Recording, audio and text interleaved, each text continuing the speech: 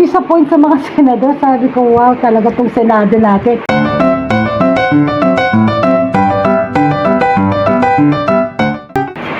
Nanood ko kahapon yung Senate hearing ng sa COVID budget.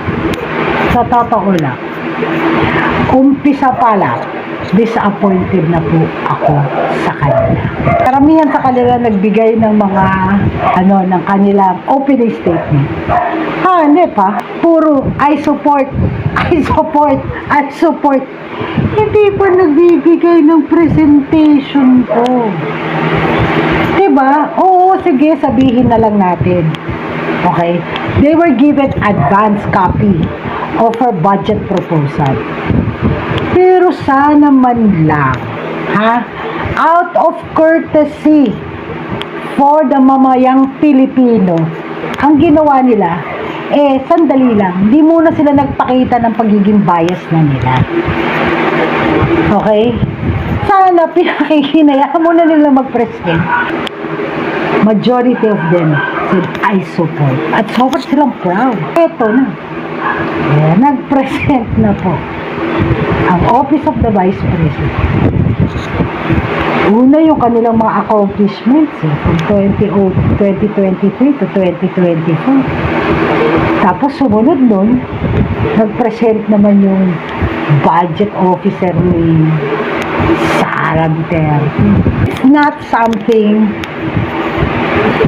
you expect a high officer, a high position, supposedly professional government official to do such a presentation. Lalo ako na-disappoint sa mga senador. Sabi ko, wow, talaga tong Senado natin.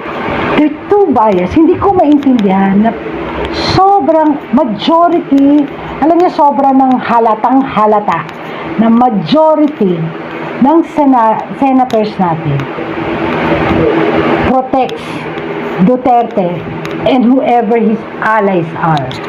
Kung nabigyan po itong mga senador na kopya in advance, na-review dapat nila yan. Okay, pero nagtaka ako, walang nagtanong except for Senator Risa. Ang reason na binibigay is because they give courtesy to the Office of the President, Office of the Vice President, and the Supreme Court Justice. Kaya hindi na binabaril daw, o hindi na masyadong Lalo ko na-disappoint. Sandali lang. Na-approve nyo lang, ganun, out of courtesy. Kanino bang pera yun? Kanino bang pera yung gagastusin ng mga opisina na? Diba pera yun ng taong bayan? Paano naman yung courtesy para sa taong bayan?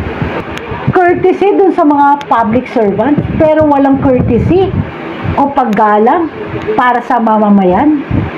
Hindi tinanong, hindi binaril, hindi kinestyon, hindi inalam. Pera natin yun Hayaan na lang ba natin?